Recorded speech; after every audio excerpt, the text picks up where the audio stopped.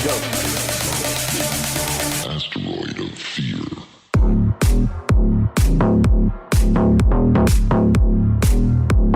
Hey, this is Amber McCrae with Connection Over Perfection. Check out my podcast as well as many others at the Podcast Connection Network. We are all about mental health and holistic wellness. The link is in the episode description. Enjoy the show. Hey everyone, welcome to another episode of the Men of the House podcast. And on today's episode, I have Audrye Arbe. And this is a very special guest because she's 82 years old. So that's a lot of life, for one. It's a lot of history and seeing things in the world. And also want to congratulate you on operating technology and logging into Zoom. It shows you're evolving. Thank But you. Yes, you have to. how are you today? I am actually fine. I am really fine. I have an assistant and he helped me do something that has to be done. I am good. And I'm here with you. So this is Awesome. wonderful. Thank you so very much for this opportunity. All right. Well, so we're going to get into kind of a lot today because, as we were discussing before, and a little bit of what my podcast listeners know is I do like to kind of get this historical marker. And as I said before, you've seen a lot of life. And so, Yeah. there's no substitute for experience and laps around the sun sometimes. Yeah. But I always start off, I want to get a little bit of your background, like where'd you grow up? What did you want to do as a kid? And kind of like what led you, if most people don't know, she's in Costa Rica. So how did you end up in Costa Rica and doing what you're doing? Kind of give us a little backstory. What year you were born, where you were born, what it was like going to Oh, okay. school and all that kind of stuff. Okay, so my name is Audrye. I spell it Audrye. Legally, it's not that, but if you see Audrey now, Audryenow, that is probably me. My website, my email, my courses, all of that. So I was born in Brooklyn. If there's anyone who doesn't know that's in New York, let me let you know, Brooklyn, New York. I was born actually, for those of you who want to do astrology, July 17th, 1942 in Brooklyn at 11:45 p.m. wartime. Oh. Okay, that gives you what you need if that's what you think you're going to do. Be my guest. The family moved when I was 8. There had been a family fight before that with, let's just say, members of the adult members of the family. I was not even supposed to speak with my cousins, and we were all in apartments in 2 buildings in Brooklyn. So we moved when I was 8 to me, a strange place. It was Long Island, which is very different than Brooklyn, I can assure you. And I grew up there. It was at the time, I'm pretty upfront, and there's no way not to be in this day and age. And yes, 82 years. By the way, people, just so you know, I feel excellent. I feel amazing. I'm a longtime vegetarian, mostly raw vegan. And I have recipes and all that. And I make raw, organic cacao, chocolate, truffles and things that are good for you and delicious. Oh, yeah, I eat well. Anyway, so the family moved, and it was an all-white neighborhood in Long Island. Brooklyn had started getting some Black folks, and that might have been part of why the family moved. I did not know that at the time.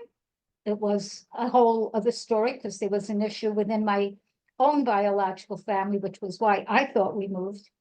And so I grew up there and went to college upstate, which I really did not like. The college or the upstate part? Maybe both, because the college, there were people, now understand, I'm from the city. Right. And even though I don't go city girl or any of that, because it's just, I was from Brooklyn and very protected. And there were people, Jewish and Christian. I don't know what else. I don't know if we had Hindus or Muslims at the time, but I did know that. And in the upstate college, they'd never heard of Jewish. And although I'm not particularly Jewish, okay, I actually live my own life, and I have my own belief systems, and I have my own practices. And if you're going to ask, do I believe in a God? Not a male one. But I know for sure that there is a beyond the beyond energetic frequency. It's what I ask to tune in, and when I send healings and all of that, I know that exists. I've had a near-death experience. I can assure you it exists. And so I wasn't so fond of some of the people there and some of the teachers. I knew some of what they were teaching, like the math class. So I ended up getting exempt from freshman math because I knew it. And a few other things, or English, one of them, and stuff like that. Then I moved. What was your major? Would you major in English. English? And I did not, yeah, I was at a teacher's college. I did not want to okay. teach. I did not. I wanted to be a writer. That was from early on. I wanted to be a writer. I was interested in, and I did not know this word then, I was interested in metaphysics. It's the way my mind has always worked. From young, I've always asked, why is this? How is this? Back when I was 10, in my zeal to be helpful, I'm a born Cancerian. And one of the things, if you're a healthy Cancerian, you want to help. It's Yes, just I'm a part of how we're Cancerian. made. Oh, so yeah, we do. June Okay. 22nd. Ah, right on the cusp. July 17th, 7/17, right? And so I was 10, my brother was 5. I'm the first, then my sister, then my brother, and so let's just say I saw some inconsistencies, and I'm a natural born, I call myself a natural born mystic intuitive. I am that. I didn't have to study for it, although I continually study. I am what I am. Right. Okay, like this curly hair. I've always had curly hair. I didn't have to make curly hair for this. The color, yes, but the curl, no. So I saw she was being inconsistent in some of her behavior, and I knew, because I'm what I am, that was not going to be good for him. So in my zeal to be helpful, in my sweetest voice of a 10-year-old kid, I told my mom what I saw and what I felt and made a suggestion. Because I am one of those people. I will see, feel, and I will get possible solutions.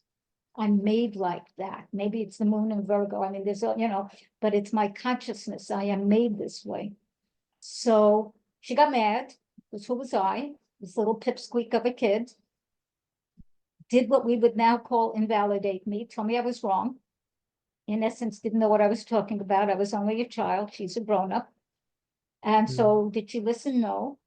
And so although I knew, and this is an arrogance, I mean, I am what I am, okay, that what I was seeing was correct, what I did not know, and this is for everyone to understand, even when you see something and you know you might be right, if somebody, especially if you're a kid and young, invalidates you or says that, a person inadvertently takes in that energy as a vibration, and then they may not trust themselves regularly. That is something, part of what I call genetic karmic patterning, GKP. Some people can call it ancestral conditioning. Call it what you want. GKP to me is not only our biological ancestry, it's everything. If we've been a something or other on another planet, if we've lived in a whole other timeline, all this stuff is possible, by the way. If we have been wherever we might have been, all of that plays a factor in who we are now. And usually not through language, because usually most people don't have a clue. So even though this thing with my mom, I knew what she was doing was inconsistent. And a few other days I saw the results of it, which is what I had thought would happen. And it did. Did I get credit? No. Anyway, so what I want to say is, be aware that one, as an adult or wherever you are in life, you could be 16, you could be 26, you could be 106. It's up to you to help clear that. We are in the age of Aquarius now. We are actually put our feet in it, no longer Pisces. In Pisces, the misuse of being in the age of Pisces was, and I'm saying misuse, people expected to be saved. That was never what it was about, ever. It was about taking in the energy and vibration of source, call it goddess, God, source, Allah, great spirit, Yeshua, whatever everyone's got their, okay? Go beyond male and female designations, because the all in all, the divine from which we come is way beyond any of that kind of classification, way beyond.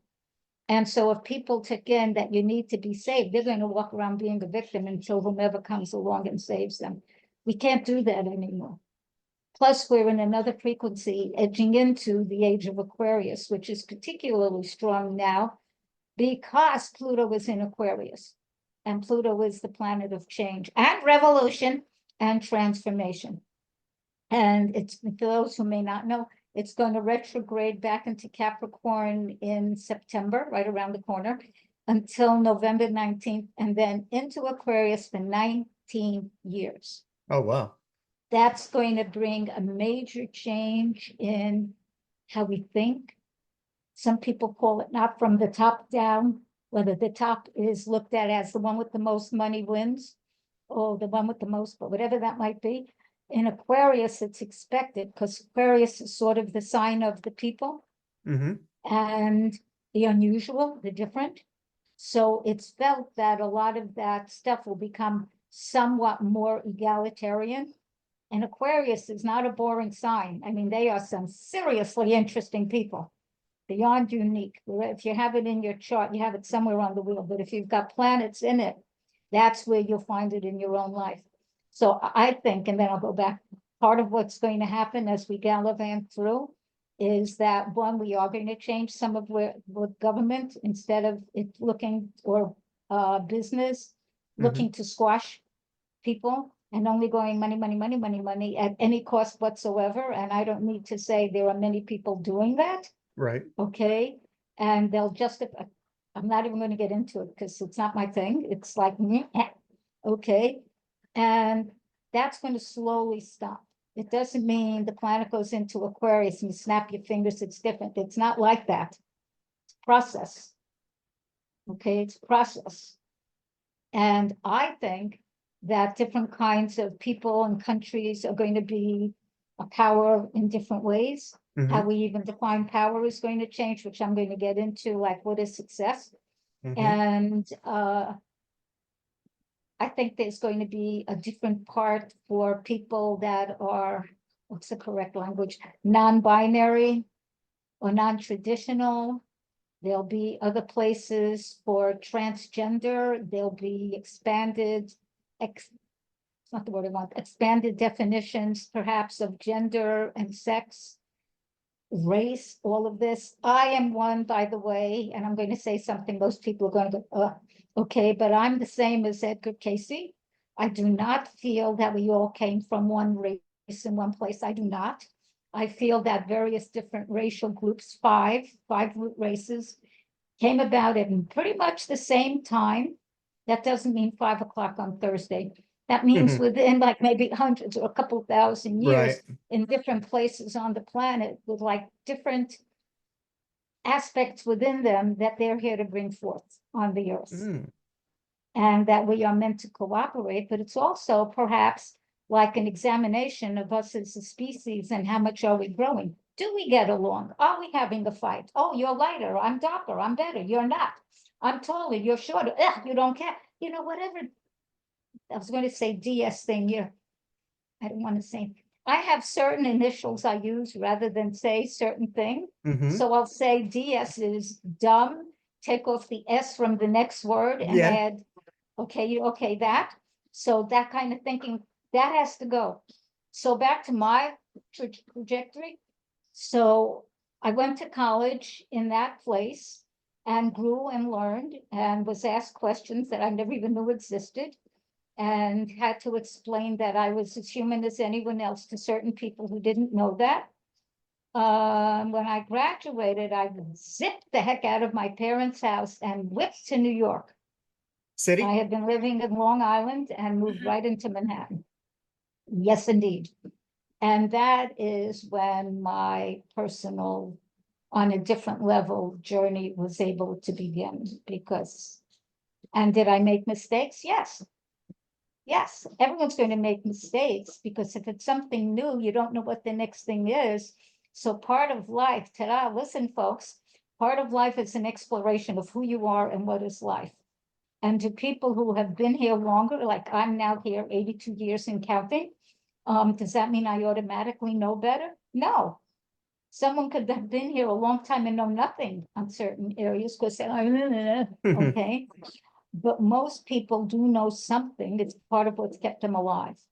Right. So I met people of different colorations. I met New York. I met people of different backgrounds. I met people of different sexual orientations. And back then, I moved to New York. Okay, I graduated from college in 1964. So I moved around 1965, Oh, wow. something like that. Well, I've been here a minute. Okay, and did I get involved in stuff? Yes, I was in this march and that march, not all the marches. I marched down Fifth Avenue for the Women's March somewhere in the 60s. I don't recall.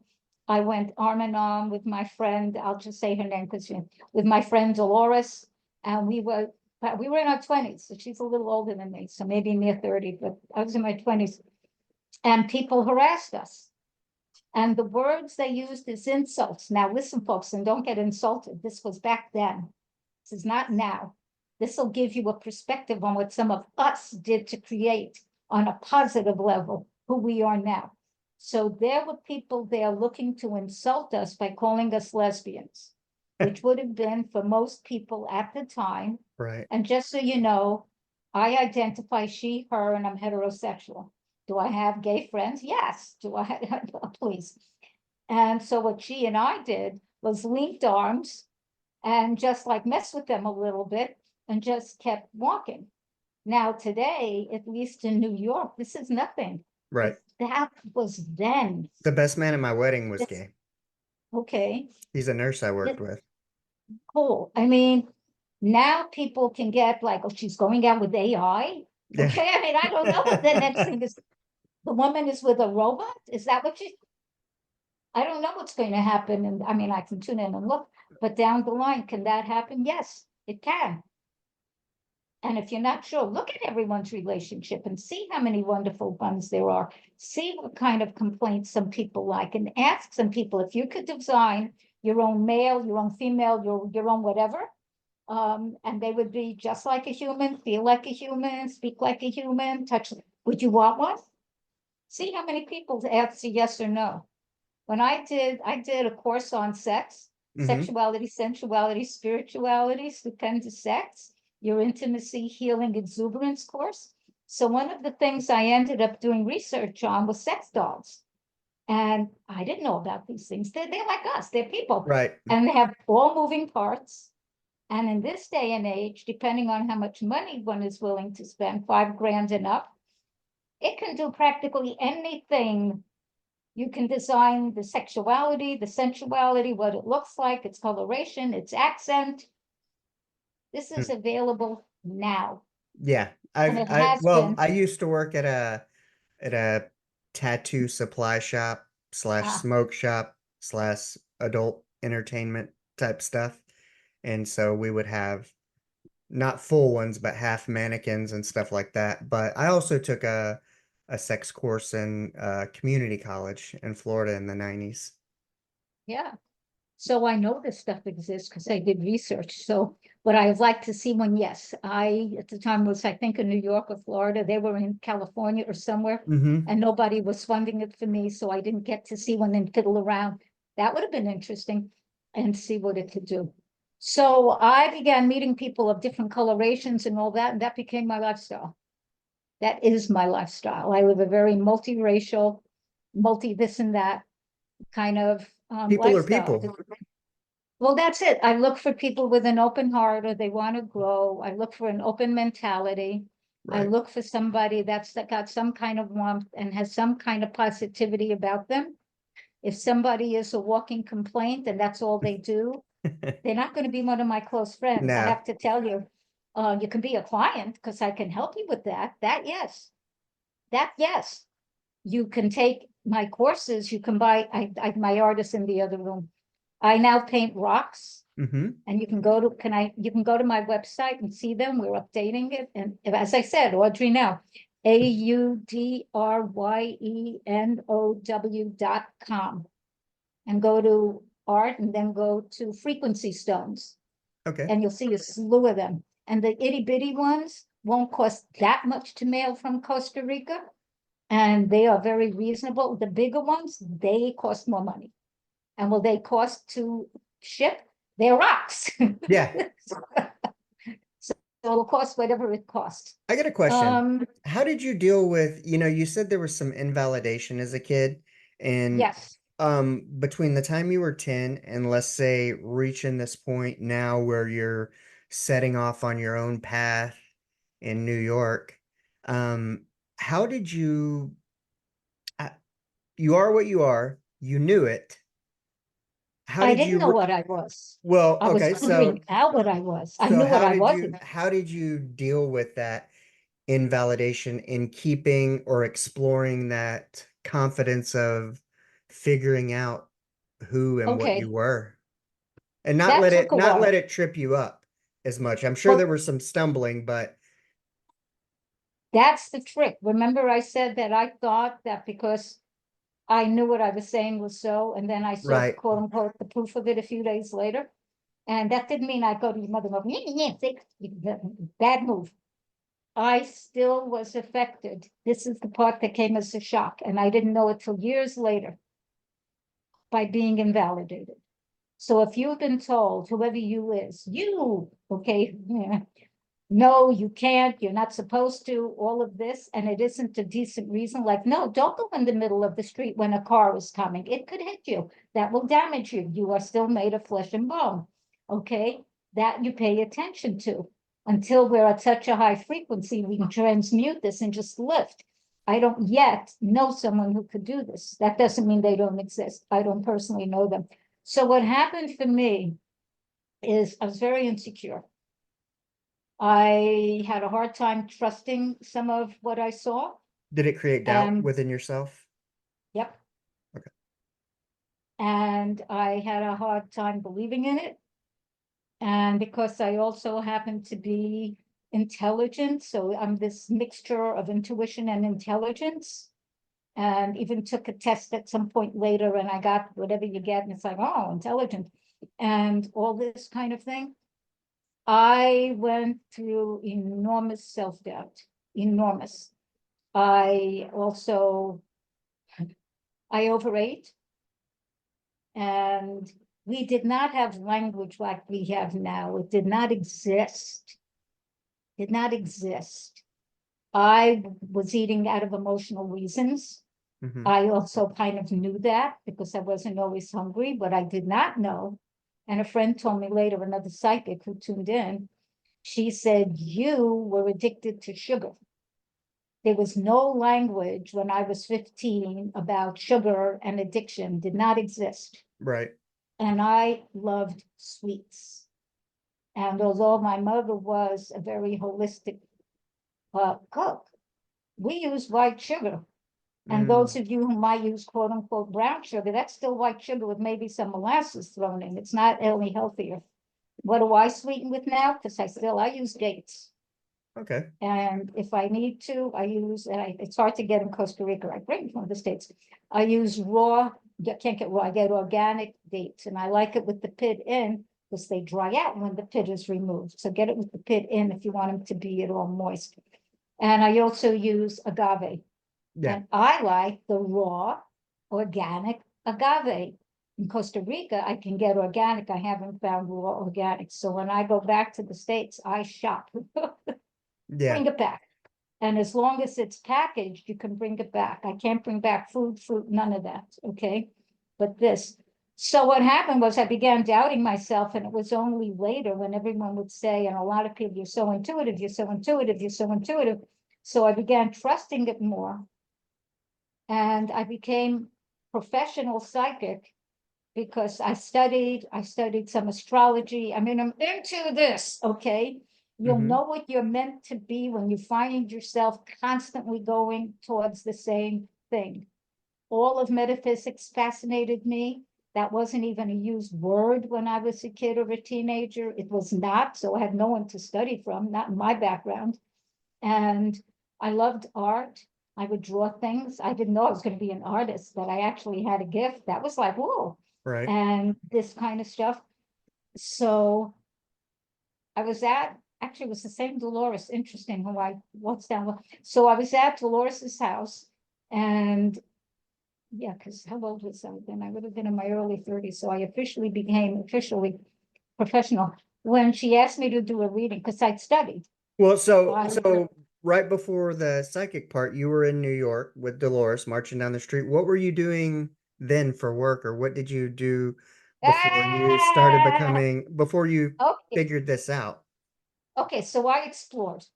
I had to Okay. figure out who I was. I've always liked writing. I've always liked reading. I wanted to be a writer from the get-go. Hmm. I wanted to write science fiction because I love really good science fiction. That's not what came out of me. What came out of me is the Mother's Manual, a spiritual and practical guide to child rearing and motherhood. That's what came out of me. What came out of me is Vim, Vigor, Vitality, Vegan. That I wrote, and it's my lifestyle. Then what came out of me, this is what is what if you are and life is miraculous, my ABC affirmation art coloring book. And then came out of me raising race consciousness, healing racism, sexism, and other isms. So in my 20s, I was writing other stuff, by the way, because writers write in one way, shape, form, or another. I graduated with a Bachelor of Science in Education and Teaching, well, Hmm. in English for teaching. The first school I taught at, we were supposed to teach Silas Marner. I was not able to get through that book myself. That's the Oh, truth. So, I mean, maybe it's a great book. I don't know. So I thought, what's a good book? And I saw in the school library that they had Brave New World. Now, that's a good book. I read that book. And I could get the kids really into it. There was so much interesting stuff. So I bought copies of Brave New World in paperback and I got a discount price because it was for my kids, my students. And we started studying Brave New World. The kids were engrossed. They were actually in English class reading and we were having conversations and it was like alive. And then one of the teachers got mad at me. She said, "Are you teaching this?" Which I had not asked for permission. right. And the book had been in the school library. It had been in the, whatever you call that, showcase, glass case, Hmm. and the hallway outside the main principal's office. It had been in another display thing. So I thought, it's here. Look, it's here. Right. So I just started to teach it. Anyway, so one teacher came up to me after a couple of weeks and said, "Are you teaching this?" Or something, because apparently one parent had seen the book in her son's back pocket Hmm. and got really upset. I think because the word sex was mentioned in the book. And if anyone has ever read Brave New World, there is no sex as we know sex, no bodies. They did it with, what was it? I don't remember if they touched something or something in the brain, but it wasn't like physical sex the way most people these days have. That's not what it was. But the word was mentioned and other ways of growing and how to make different classes of people, the alphas, the betas, the deltas, Right. and I think the epsilons and how they were in bottles. And if you haven't read the book, boy, fascinating, read it. Aldous Huxley. It's a classic. It's a classic. So because I had asked my kids to buy books, which is against school rules, I got fired. Oh, I actually got fired because of the book I taught. They pulled me out of class. I so why never was went it back. why was it in the glass case at the principal's office to tell you not to teach it, or a book that It, was banned, or what? that's a really good question. I was going to go to the main meeting after that, and everyone said, "Don't go, they'll macerate you." I am sorry I did not go. I was only 23, not like 23 is an only. I wasn't 82. I didn't Right. have what I've got now. If it were me now, there's no, no, that would not happen in that kind of way, but it would be a different level thing. Right. So I felt like a failure. I felt like and no courage. And that I was, hurts that trust that you're trying to build with yourself. yes, that was gone.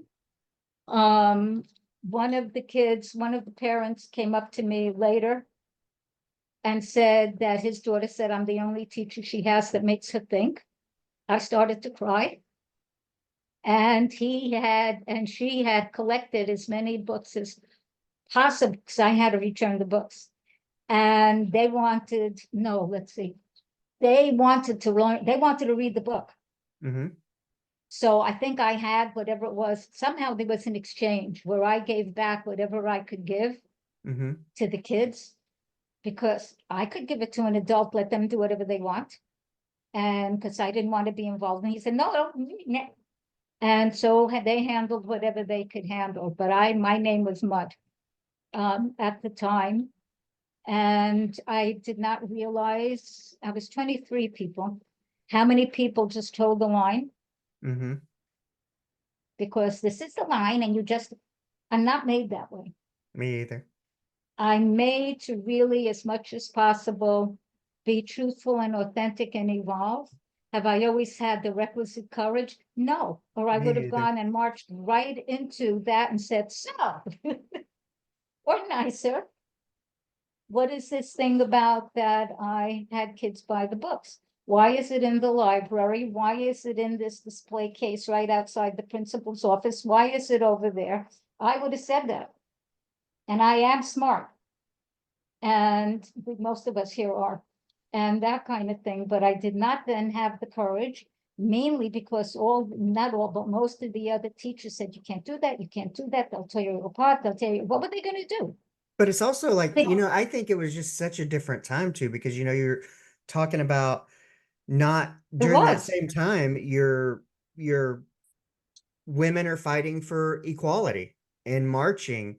And so it's not only that, it's Didn't this toe the exist. line mentality, but it's the whole way culture looked at women and women in their place, and it's okay to do this, but it's not okay to do this. And yeah, it's baffling. But I think it's important to note, because to show how far one we've come, but also that we still got further to go. Yeah. So folks, when you're doing something new and unique and you really feel it's good, if something happens, get support. Don't just crawl off. There will be people that support you. Pardon me. I mean, I taught a classic that had tons of lessons and was extremely well written. And the kids were engaged and they were actually reading, That's the most okay, important which part. is already a big deal thing. And talking. I mean, because I arranged stuff, and then we had discussions. Okay, well, nothing. That's not good. And if we really want people that want to explore what reality is, what are we as a species? What is the best way to live? How do we take care of our planet? What can we do differently than we have? And in terms of health, yes, I am 82. And my sister, who is 80, is now in a long-term care facility in Florida, having had brain surgery for an aneurysm, having had open heart surgery, having had a tracheostomy, which is cutting a hole in the throat so one can breathe, who's been on a ventilator for about 2 months now, which is way too long, not a good thing, and needs help breathing. And just yesterday, I found out, yesterday, had a quart of liquid drained from her lungs. I am horrified. I want to go back. I'm going to ask up. This is a plea here. This is a request. I love my sister. Were we always together and all that? No, we were not. I'm the older sister and did not always want the younger sister tagging around with me. So was I always wonderful? No, I was not. Okay. She and I have worked it out over the years that we love each other. We're different. Now and then we hiss at each other, but we love each other. There's no question about that. I require more money to be able to visit her. I am in Costa Rica. It's not just air, it's like Ubers and things, okay? That from there to here and there and stuff. So I have a GoFundMe. Richard is going to put it at the bottom, but I'm going to tell you the weird little letters. And my request is, if you donate $5 or more, $5 is good, I will thank you by pulling for you individually one of the medicine cards from this amazing deck, the medicine card deck, the power of animals and how it can affect you. And I will type it up to you and send it to you. So, and they're amazing, okay? So the GoFundMe link is https:// GoFund, GoFund.me/3 the letters 49383. And what will pop up is a younger version of me. I don't look like, this is how I look. Okay, you'll see a younger version of me with my hair all done. It's still me, only now this is the current version. And yes, if you feel so moved, I really do want to see my sister. No, I'm not going to stay there. I am coming back to Costa Rica after I take care of a few things that I have to do in the States. And you'd be doing a huge service to me and to my sister. Thank you very much. I'm a healer. Do I think I'll go and do stuff and she'll right away pop out of bed? I wish. Will I do my best? I send healings every single day. I still do that. I talk to her on the spiritual quote unquote airwaves. I am doing that daily. But it's important for me to be there. Her kids have been handling it. They are exhausted. I am not taking over. Right. I just want several days, a portion, whatever it is that I will do, because I don't feel it's my joy of being, my job to do that. Just so you know, for a few years before this, I've been talking to her about her health. She did not want to hear me. I'm sorry about that. I love her anyway, and I want to be able to be there. So it's https:// GoFund dot, what is it? Me. Now I forgot, GoFund.me/ hold on, I need water, Three. -3AD 49383. I think it's pretty amazing that not only that, you have 80 years with a sister, a sibling. I'm an only child, so at Yeah, 48, I know nothing about how it is to have a sibling. So yeah, to share it's 80 amazing. years, Yeah, it's pretty wild. we helped each other when my mom died. It's just so interesting the way things play out. Yeah. It really is. So whenever you got fired, what'd you do after getting fired? Okay, so I got fired, Hmm. and I didn't know how to tell my folks because that was not going to go over well. And they saw my car because I didn't know where to go. I mean, where do you go? And I would take a drive and come back. So for a couple of days, they saw the car in front of the house. I explained what happened. Um, I was wrong. Okay, I Yeah. should have just done what you were supposed to do. Okay, just, yeah, okay. And I think it was soon after that I moved into the city, and they did not want me to move into the city. That was no. We won't go into what they said I would do, and which of course I did, and anyone would. I was in my 20s, hello. And okay, my mother said, you just want to move there to have sex. And I looked at her. I said, that might be one reason. I said, it's not the only reason. And all of that. And I was in my 20s, just so you all get this. And so I moved into the city. Did not get a great place. Shared everybody. I read about people in their 20s already want to buy a house. That wasn't even in my head, okay, to buy a house. I just, bleh. So I ended up sharing an apartment, and then I moved from the east side to the west side, completely different energy, different coloration. East side was brighter, west side was darker, west side was cheaper. So I moved to the west side and began a different way of living my life. I experimented with, okay, I Mhm. tended bar. Oh God, this was hysterical. Okay, so I at some point became what would you say? I began writing computer manuals. I'm not a techie woman. But you're a Okay, I am a writer. writer. Okay, so somehow I did that. I and I didn't always, and I'd sit there and daydream. And at a certain point, I did that. I tended bar. I sold space in one of those little, what are they, penny somethings, these little magazine Oh yeah, yeah, things, like the penny ads. penny saver, whatever they call Mm-hmm. them. So I did something like that. I did something that I don't remember what, with real estate, not a realtor. I met some people that had this huge loft. Oh, this place was so great. And one of the guys can play music and all of that. So I became a non-licensed massage therapist because I know how to do stuff because I'm what I am. Right. So I did that for a while. What else did I do? Oh, right. Everyone said, you're smart. You're going to like this. I thought, really? Let me see. So I became a computer programmer. For those of you who know anything about this, I programmed in assembler language, which is like the next thing up from being a machine. It's practically machine language. I Mhm. never got to COBOL, never mind all the stuff now. That is not me. Don't ask. I'm the wrong one. Okay, I have a personal assistant to help me with that. Nope. Because other people get it and understand I have a flow in other areas, and I keep that open because who knows? So I became a computer programmer. I did that for a few years because I wanted to stick to something to prove Right. to myself I could stick to something, because I said, I don't like this, I don't like this, I don't like that. Ugh, who likes this? Because I didn't know who I was. I didn't know what I was. I was figuring it out and finding it out. And the best way I knew how was checking stuff. How else? Right. I figured it was how you're going to ever learn anything.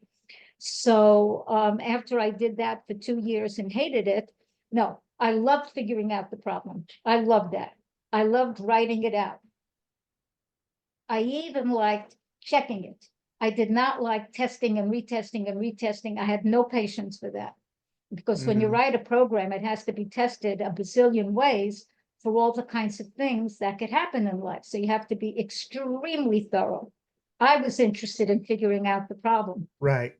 And then, okay, here's what you can do. Blah, blah, blah, blah. How was the And environment there? Like, did environment also play a part in, oh because God, it's an office. I'm not a big corporate person. I Okay. thrive more and I've worked in restaurants, MMA training centers, emergency rooms, level one trauma centers. I Wow, that's hard. I thrive a little more in organized chaos, I guess you could say. But I'm not good at cubicle, desk, Nor answering me. phones, meetings all the time, and you got to follow the rules. You can only say these things and that things and blah blah blah blah blah. So I'm not good at that either. So that only worked. You couldn't be very casual. I didn't wear suits. I didn't do that. You have to But I hold your didn't come tongue. to, no, well, I didn't come in shorts. Okay. I did at one point for something else, which I mean, how did I, anyway, at a certain point, I hated it because I would just stare at the wall. Not the computer program, it just wasn't my thing. Right. So at the time, right, I had a few jobs. I was working for God, I had to go to White Plains, and I can't think, it was one of the phone companies. And for the really interesting hard work, those of us that worked there were all women. And for the interesting hard work and more money, they hired men Hmm. from another thing. None of us liked that. Did anyone listen to us? Because we said something about it? Not at the time. Okay. This is so you have some background about how some of this stuff was. And I segued at some point from that to being an editor. I worked at Fairchild. I don't remember the order of everything, but I worked for a company called McNair Dorland. I was a news editor. I was a managing editor of a magazine. I made them make one cover that was prettier than all the others because ugly. Okay. And it's like, I worked at Fairchild Publications as a copy editor because it was words. I Right. was at least, and from where I then lived in the city, which I'd moved, it was walking distance. So I had a job in the city that I could walk to from where I lived that didn't start at 9 o'clock. I think it started at 10 o'clock, ended at Mm. 6 or 8, depending on when the newspaper went to bed. And so that was okay for a while. Then I thought I would change and make a little more money, but I didn't change properly in terms of one to another. And I didn't realize I had disappointed a bunch of people. I just did not realize. And at a certain point, how did I segue from that? I worked at that one where I was news editor. There I was copy editor. Oh, yes, yes, yes, yes. So remember, I could walk to work. They Mm-hmm. moved their offices. Oh, They moved from the Village, because I lived in Chelsea. If you know the city at all, you'll know you can walk. They moved to Midtown. That I left. I didn't want yeah. to work in Midtown. I didn't want more I corporate. had a job once That where I cooked literally across the street from the apartment complex that I lived in. nice. The shopping center with the restaurant and stuff was there, and um yeah, it's there's a certain period of time for which like the stars align, the hours are good, the convenience is just right. I didn't have to drive to work, all kinds of stuff. And it just works out. And then, that restaurant ended up, they would have trouble making payroll and I saw the signs and left. But it sucks when you it's good, for a couple of years and then you have to kind of leave it behind because something like that happens. Well, I think I don't remember all the things, and it's not Mm-hmm. like I was unconscious. I was conscious. In the meanwhile, I was studying the psychic healing arts. Mm-hmm. Okay, I studied with Patricia Hayes, then the Patricia Hayes Institute of Higher, it was called Higher Sense Learning. Now it's a university, and in Georgia. So, I mean, I was studying, I studied astrology. Um, I studied other healing modalities, at different points. And at one point, I forgot how I found this out, but there was, what's the name of that studio? I worked there for years. But there was a TV studio that, pardon me, hired psychics. And Mm-hmm. since I'd studied this and was officially a psychic, and the way I became officially was my friend Dolores. I was at her place once, and she asked me to tune in on whatever it was. I tuned in. I said, blah, blah, blah, blah. Whatever I said, the woman literally went to her purse, opened her purse, took out a 20, opened my hand, put the 20 down, closed my hand. She said, "You are now professional. You will now charge money." She said, "That's one of the best readings I ever had. You're on a par with anyone. You will charge money." What I did is I opened my hand. I started to give the bill back. She wouldn't take it. The woman's a Leo. You listen. I wouldn't take it. And that's it. So I became professional from that time on, officially. Wow. So, yeah, because I was just, I've been doing readings since I'm little. I mean, Yeah. the So things I just do, but now so I'm professional and no, you don't get it free. You have to pay, did you but did I'm fair. you did you so you're doing all these jobs, kind of Yeah. tuning into yourself, kind of validating yourself of what your gifts are and what you are and figuring that out. And then it was that one thing that was kind of like, hey, I might Mhm. have this now. And then from then on, now, have you done just that, or have you always done some sort of like other job and this in conjunction, or what started happening once you started becoming a paid professional as a psychic? Okay. So what I did, um, and again, I was in New York. So I found this guy, what's his name? I see his face. Okay. And he had, it was not the regular TV stations, UHF or whatever the heck it was. Mm-hmm.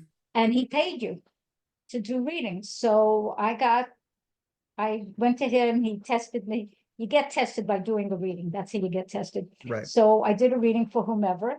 And at the time, he paid $50 an hour. So I was like a happy camper. And I wanted to work enough hours so I got what I needed. I wasn't like, let me work a million hours. That's not me. I didn't want to work a million hours. I wanted to work enough hours so whatever I needed to have, I would have. So I began doing that. And that would be, people would call the station and would pay a fortune. We did not get that. We got paid a certain amount. Right. And the $50 an hour went down and down and down and down, I think, till it was $20 or something an hour. or 25, I forgot what it was. But they paid a lot of money to get the readings. The readers did not get that. The readers got whatever they were paid. And I began doing readings a lot. And I discovered that some of what people asked for, first of all, this is what I do. Some of them said, so-and-so, I love so-and-so. I want him to love me. Put a hex on, what's her name? Who said it? I said, I don't do that. And they said, yes, put a hex. I don't do that, people. So I said that that's not what I did. There were other readers that did that kind of thing. I don't. I looked and tuned in and said, well, this is what he's looking for. This is what you've got. If you really want to be with him, this is what has to be done. And do you really want to be with him? And we would look at that. Now, not everybody then or now chooses to really look at what they really desire, why they desire it. Is it the best thing for them? Have they been taught to desire that? Why are they going after that? And I would have my clients, and they were clients, looking at that. So they would actually come to their own decisions as much as they could, because these were not private clients. This was whatever they paid for to get the reading with me on the phone. And if they wanted more with me, they had to pay more and request me. And some did. Some they did. No, put a hex on it. So they were not my clients because I'm not doing that. And I didn't. Now, okay, so I learned a lot. I learned that some people don't want to do the personal work. They don't. They want somebody to call, put a hex on them, and that's it. I don't have to do anything. They would trap him or whatever by I'll do blah, blah, blah, blah, and it isn't be nicer and that's no other stuff. And that's not what I do. I still don't, by the way. And by the way, whoever you might be, really learn what you are, who you are, how you're growing, who you're with. And it won't always make logical sense. It doesn't work like that. Things can be karmic. They could be something from a quote unquote past life, or something is incomplete. There can be genetic karmic patterning that needs to be completed. So even if you don't understand why you might be going with whatever that person's name is, look what you're learning. Are you being treated well? If you're not, really get out of there and see why you're not allowing yourself to be treated well, because there's some aspect of non-love of the self. And that's actually my first online course. When I decided at a certain point, okay, I've been doing all these workshops and I did courses and stuff in person. I'm not yet humongous, but definitely stuff. I thought, okay, so I want to reach a lot of people. How do I do it? So online courses. So my first course, which if you don't love yourself, folks, that's where you start. And it is a journey. And I've been in live things and all this, because yes, I've done this. And I go, who loves himself? Up go the hands. Who loves your body? Okay, who loves you? So you have to look at that. That means loving your body, even if it isn't whatever your version of perfect may be. And your body will change as you go through the years. I can tell you, I have a different body than I did when I was 18. Hold on, it's water. I drink a lot. Stay hydrated. Okay, usually Kangen water. Anyway, so you need to love yourself. And then, so I wrote that course. It's the morph course, morph into the magic of self-love, soul, essence, self, and ego personality self. You can take a look at it. It's Audrye now, I told you, AudryeNow.com/morph, MORPH. I probably give something away on the landing page. I don't remember what. Maybe you're breathing attunement or something. So go find it. And then when that was done, I thought, what's needed now? So I looked around, and that's when the Me Too movement kind of thing was happening. And I said, sex. I have once been raped, so that's not something I recommend for anyone. And have I done work to heal myself? A lot. Okay. And with other healers, and I am fine. Can I make jokes about? No, that's not a joking matter to me. That's serious stuff. It's violence. It's completely inappropriate. And so the second course is sexuality, sensuality, spirituality, stupendous sex, your intimacy, healing, exuberance course. It is a healing course. And people ask, do I teach any how-tos? A little bit, a little bit. It's mainly a healing course. And it is audreynow.com/sex, SEX. And you'll see a landing page and I'm talking and whatever. And then when I would that, and then I did classes. Okay, this was before COVID. So I did classes and we did stuff and people went through experiences, blah, blah, blah, blah, blah. And then I said, okay, now what? And so I said, finally. So the last course is, how do I phrase it? ISM, in caps, freedom. Be free of the causes and effects of racism, sexism, and other isms, about which I'm passionate about all this, but I think beyond passionate about this. And if someone takes that course, you'll get my book called Raising Race Consciousness, Healing Racism, Sexism, and Other Isms. I have 4 books. You can go on the website, go to books, and you can get a free sampler of every book. And by the way, whatever the prices are there, they're my courses. I don't know the tech, so don't ask me, but I have a personal assistant. I am willing to change prices. I want people to have this course, all of them. I'm not going to do them free because I thought about that and the guidance was, no, not free, but I am willing to do anything that makes sense so whomever you are can have the course. You do need to have a computer. Right. It is delivered via a computer to your email. The technique on all that, I'll have you speak to my personal assistant because I'm not the one that would know that. And so as I've gone through life, and then I began being an artist. I've been exhibited in galleries. I'd like to say all my art has been purchased and I'm willing to sell all of it, okay? Because I always make more, okay? Always, okay? And I don't know how many people know this. There was one time I didn't know this, but beauty on its own changes our brainwaves, changes how we think, changes the way the blood flows in us. Beauty uplifts, UPLIFTS, uplifts our frequency. So wherever you may live, wherever that may be, please be sure to have some area that to your eyes is beautiful, clean, and neat. If you live in a mess, and I have done that because I felt depressed and didn't want to clean and didn't want, do anything at a certain point in my life, and not now. It has to be pretty and da-da-da-da. And when you do fix it up and get help if you can't do it, when you're in the down in the dumps, get some help. In fact, I'm going to do a breathing attunement. I'll keep it short. That'll help raise your frequency. I do it every day. And the minute you start cleaning out what you don't need anymore, you change.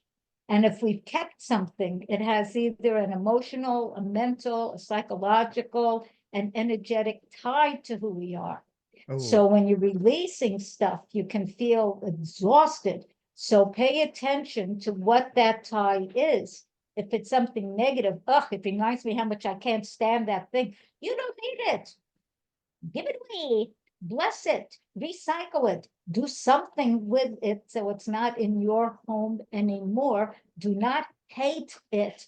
Give thanks for it being there to teach you about yourself and whatever the wisdom teaching is about why it was there. And as you're releasing it, also you're making space for the new to come in. So ask the universe, whatever you call the universe, the all in all, your higher self, whatever you want to call it, for what you choose to have there and feel it. Allow it to be there. You don't just say these things like a parrot. No, you have to be present to it and feel it. Almost every kind of healing is going to involve the emotions to some level. So if that scares you, look at what are you afraid of? Do you think you're going to discover something horrible about yourself? I used to think that I would discover something so horrendous. You'll never go, that's not, because at base, all of us, no matter how someone might be operating on the third dimensional earth plane, and I'm aware of what I am saying right now, okay, very much so. Despite that, for the most part, we all come from what? Just real quick, after you're done listening to this amazing episode on this pretty freaking sweet podcast, give it a 5-star rating, and then head on over to the Podcast Connection Network and check out all the other amazing podcasts that we got over there. This is a plug. I got one too. It's called The Nonchalant Perfectionist. Check us all out. The link, you know where the link's going to be in the episode's description. Does that mean everyone cultivates it? No, everyone does not cultivate it.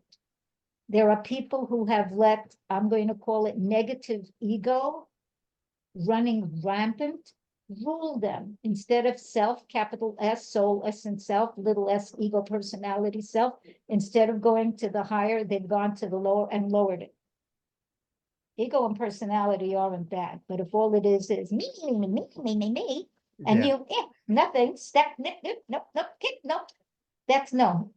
In fact, people that's what they do are called sociopaths. So a sociopathic acting person, that is not somebody one wants in any position where they have any amount of power or ability, because they will not be your friend. Doesn't matter who they are. And can they tear not? And we have a time on this earth now where things are changing. Did I mention Pluto going into Aquarius? Did I mention Neptune going from Pisces to Aries next April? And then Uranus, the April after that, going from, where are we changing from? From Taurus to Gemini. So in the next few years, there's going to be a lot of changes. Some we're going to love and some like this. What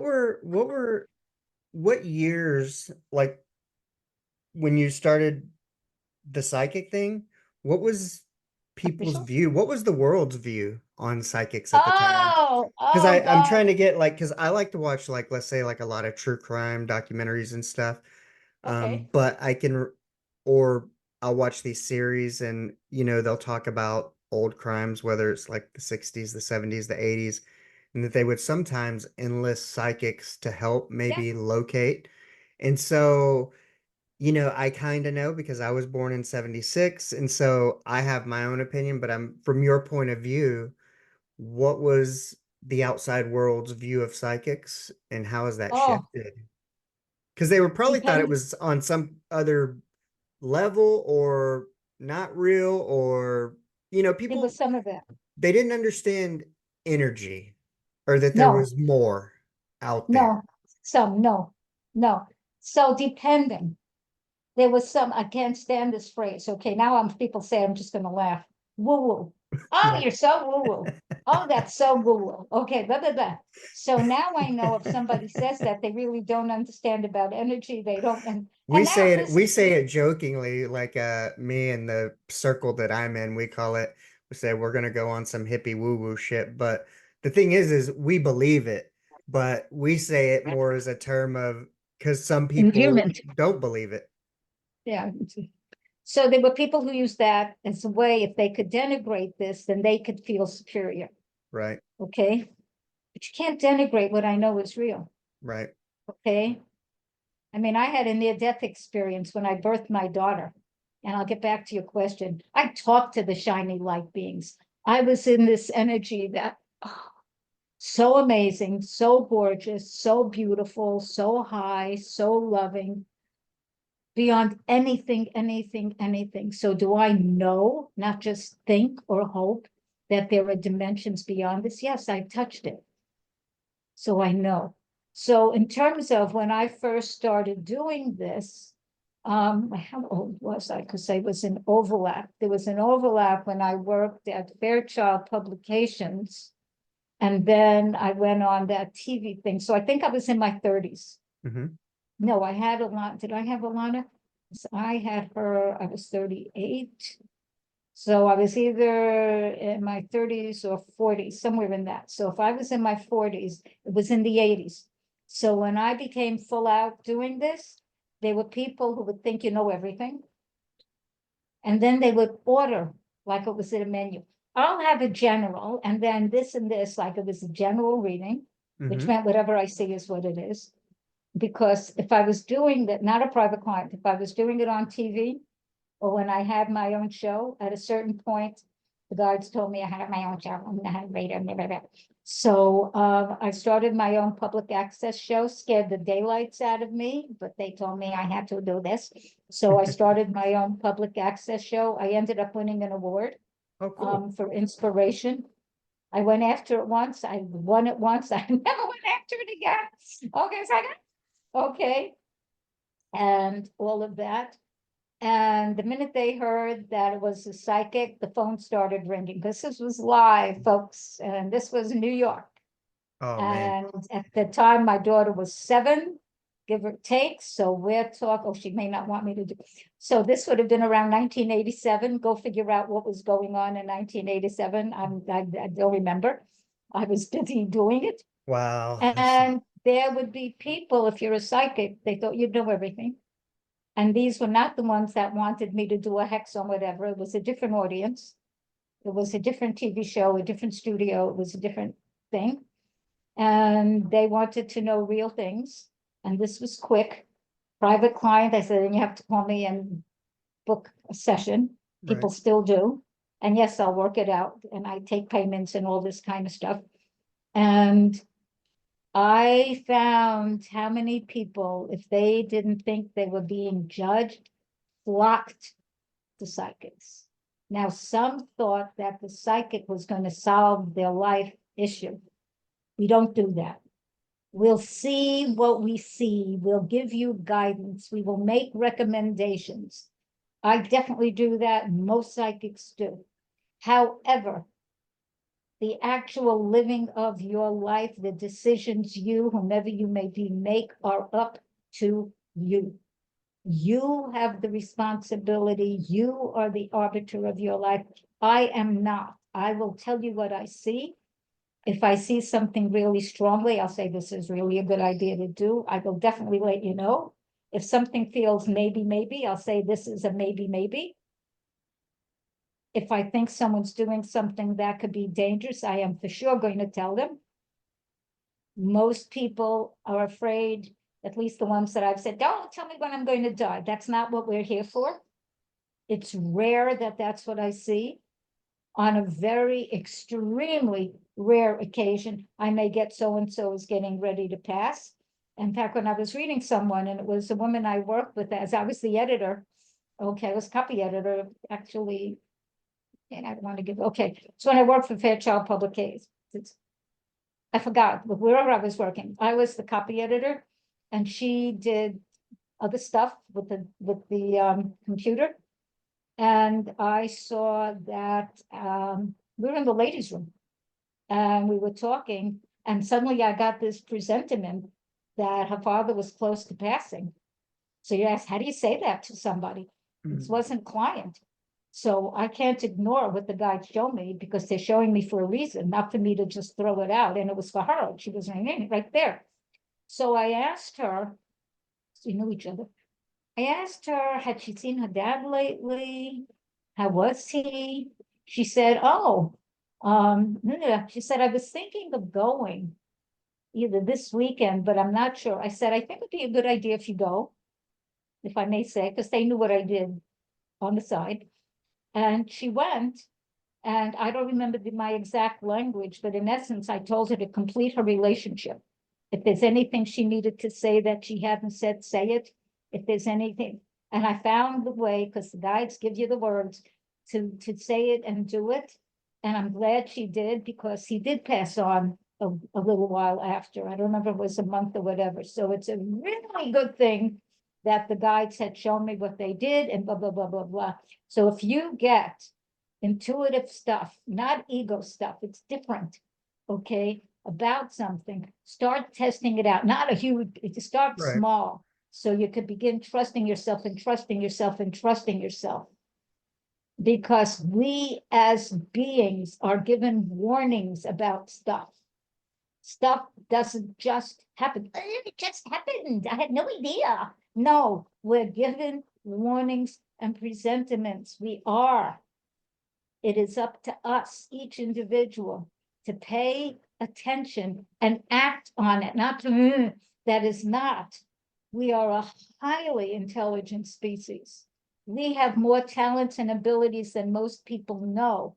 When we begin really following our intuition and checking it back, and if you want to know more about this, go to Heart Math Institute, hmi.org. It's either hmi.org or .com, I forget which, but it's Heart Math Institute. The heart has a better brain than the head. The heart directs the head. Learn about this. There are breathing attunements to align them, which we need to. And that's breathing in and breathing out at the same amount of time. And I will do the lifting process. I forgot. I still have time. Yeah. No, I got a question. When we were talking about that, I just wrote down the hmi.org or whatever. Yeah, But do it. the Excellent. Free courses. hold on. Let me see. My brain was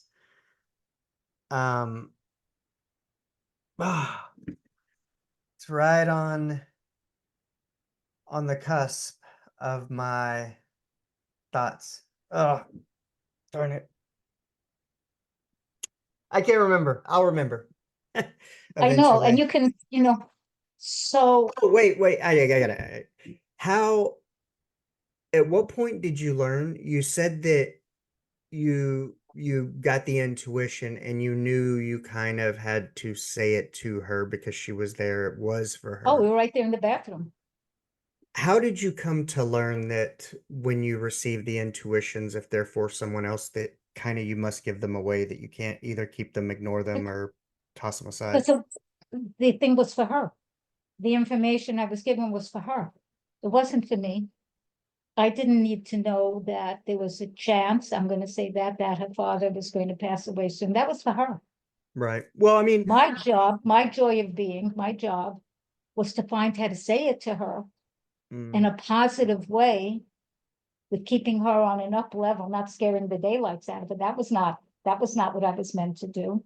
right. So she could have whatever kind of connection with this very important person in her life, should that thing come to pass. Because imagine if I had done nothing, and then I heard from her dad died. That would be me not doing my job, in my Right. Well, opinion. and how did Because you I was given the learn? information. How did you learn that you knew you had to speak up? Like, was there a certain point, had you received information before, not spoke up, and something happened and then you regretted it? Was there ever a point? They weren't always big things. Mm-hmm. It could be as simple as I'm walking along the street, and in New York we walk a lot. Okay, so I love that, and I see someone wearing a really pretty dress, and I didn't say, and I know the person, oh, that's so pretty, you look lovely, which can open someone's day. It could have been something where I didn't do that, and later I regret it and thought, that's not a hard thing to do. I have to get over. I can't speak to her. I don't know her. All of this. So I learned that when I'm shown something that is for somebody else, and it's to be, first of all, to be of help to them. It's my job, my Beauty. joy of being, to give it if there's a way that I can. And I learned early on, I could have a temper. And I come from, I don't want to blame it, but GKP, genetic common path, from one side of my family. Okay. And do I have it in me? Yeah, I do. Have I worked on it since I'm 12? Okay, a long time. And now and then, if I'm really upset, my language can go to the street. And do I know some of those words? Yes, I do. Do I want to use them? No. Will it? Yeah. Okay. And I acknowledge this now. There's no hiding our shadow side. That's the mistake a lot. No, I don't want to look at it. Ugh. Okay, if we don't look at it and even make peace with it, harmonize it, do something, acknowledge it, we're at the mercy of it. So there was a time when I got really annoyed with whomever it was, and I'm a psychic, remember? I knew exactly what dart to throw, okay, which is a negative use. So I threw a couple of darts. I saw how much I hurt them. I swore I'll never do that again. I made a sacred oath that I would use my gifts for positivity, for good, to help, not to do that anymore. And do I know and see? Oh, please, let's not even go there. Okay, so I used the protective prayer that the guides gave me around 1995. It's on the landing page of my website, like me now. And basically, the protective prayer, clients had asked me, how do I release negative energy? What do I do if I want to say rah, rah, rah, rah, rah, about something in someone? And you don't want to hold it inside because it can create disease. Okay, and if one does, it will create issues. Okay, that's pretty much a guarantee. So the guides gave me the protective prayer, and here it is. You do it before you do any kind of transformational work. I do it when I catch myself doing internal dialogue that is just gross. And I can't stop because so it's like, okay, we need to get this, okay. And if you are doing any actual release process, definitely do it beforehand. So here it goes. You tell the universe, by whatever you call it, and you need to feel this. You have to feel it, that whatever I may say, whatever it looks like, sounds like, or feels like, whether I do it silently or through my mouth or my mind or any other way, is to be taken into the universe as light and love, and or anything higher. Anyone I may mention, including myself, in any way, shape, or form, silently or through my mind or through my mouth or any other way, is to be protected in light and love, and or anything that might be higher. Any places, spaces, vibrations made available within me as a result of this release process is to be filled with light and love, and or anything that might be higher. I do this for my highest good, the highest good of all concerned, the highest good of the universe and the multiverse. Thank you, thank you, thank you. And I close with Amen, Ashe, Aho. Those words have relevance for me because Ashe is from Africa. I started a nonprofit called Ashe. It is from the Yoruba people of Nigeria. It's gifts of blessing of creation. Aho is from the first peoples of this country that some call Native Americans. But my friends from that community say we are first people. So I honor them by calling them as such. And so when you do that, and then you need to go, you don't call the person up, don't do that. But if you need to get it out of your system, and sometimes we do. Yeah. I mean, it's just a reality. So better to protect that and get it out, or yell at the wall to get it out, but do the protection first, so that you have the space energetically to do that. Because I would tremendously dislike in huge amounts some of my internal dialogue to actually occur. I would not.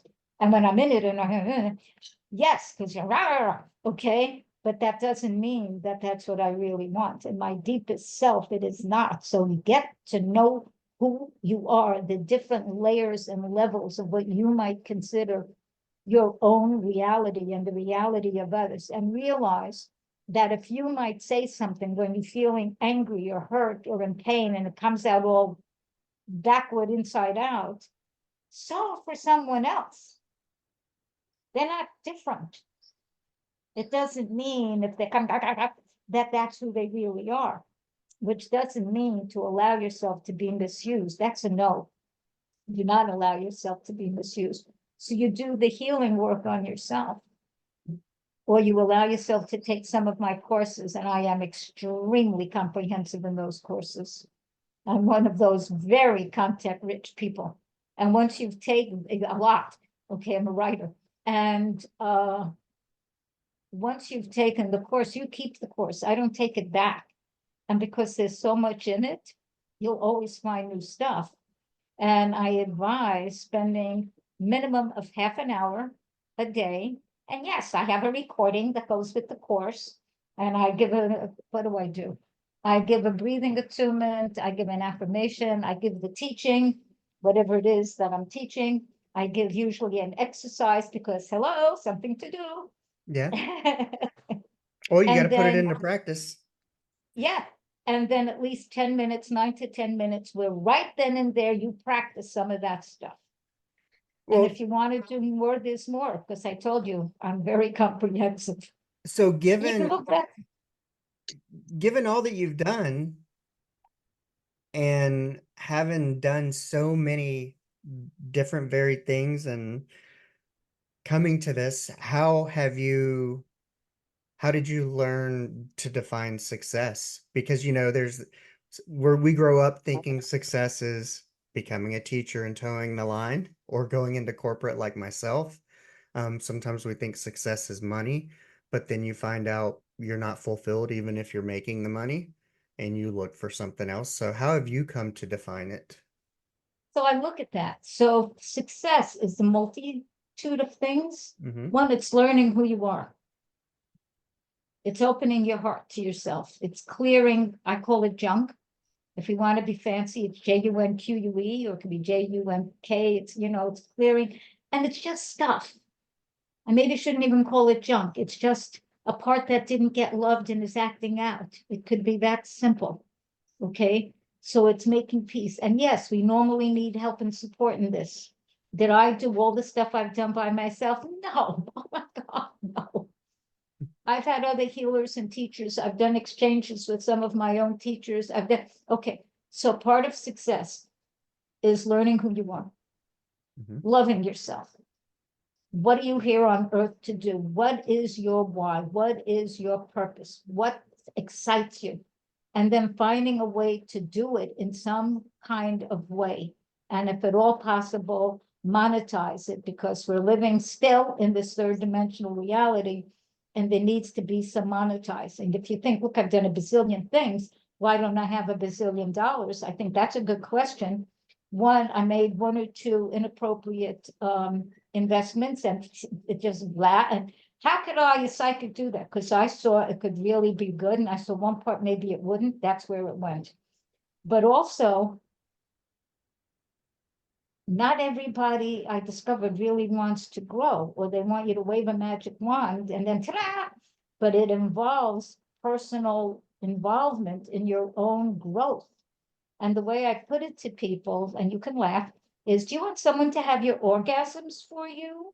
Most people do not. No. They want their own orgasm. They want their own pleasure. They want their own, it's the same with this. You have to do whatever the work is. And at least my courses, some of them can feel confrontational, because I'm asking you to be reading this certain questions. And if a person hasn't made peace with whatever that is, it can feel terrifying. You don't have to be terrified. It's just a question. You look inside and you go, or whatever it is, and then we go beyond. We heal it. We go. I mean, I am 82 and change now. And I can tell you, we can go beyond. And have I had things that I find extremely difficult? Yes, I have. Did I think I'd ever get through it? No, I did Yeah. not. I'm Okay. pinpointing, I'm discovering stuff about 30 years ago, something that happened 30 years ago, and how it's affected me up until 48. And I'm just now like going, how did I, and all because maybe someone asked me a question, but the right question, the right way.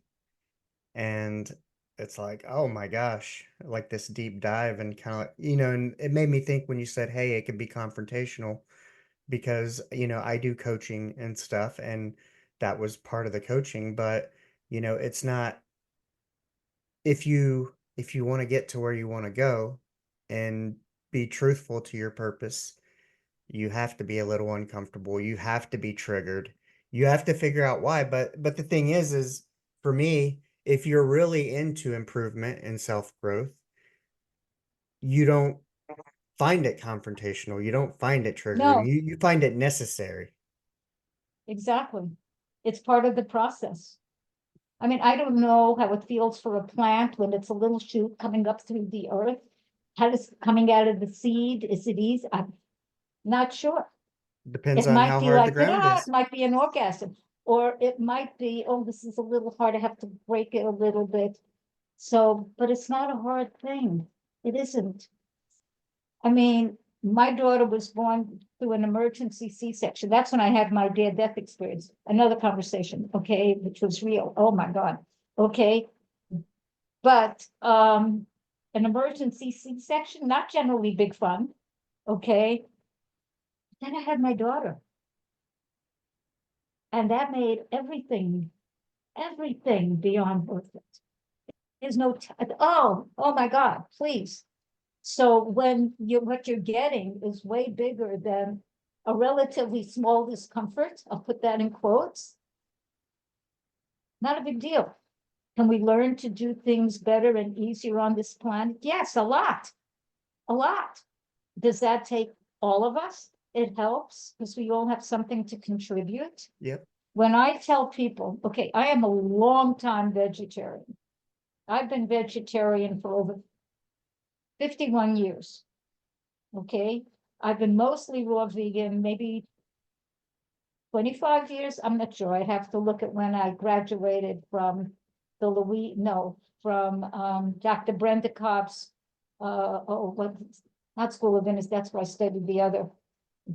But her thing on the raw vegan, I can't, right now my mind's not getting the name of it, but it's Dr. Brenda Cobb, okay, in Georgia.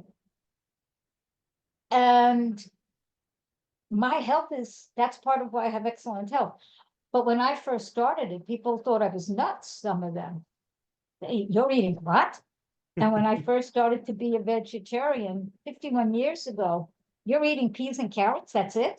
That wasn't it. I know how to make food. Okay, I know how to make delicious food. And I know how to keep some of it simple. But do you need to be raw vegan? Do you need equipment? Yeah, you do. So it took a while to collect it all. Right. And it's all worth it. So when something looks like it could be a challenge, it just could be something new. So here's my request.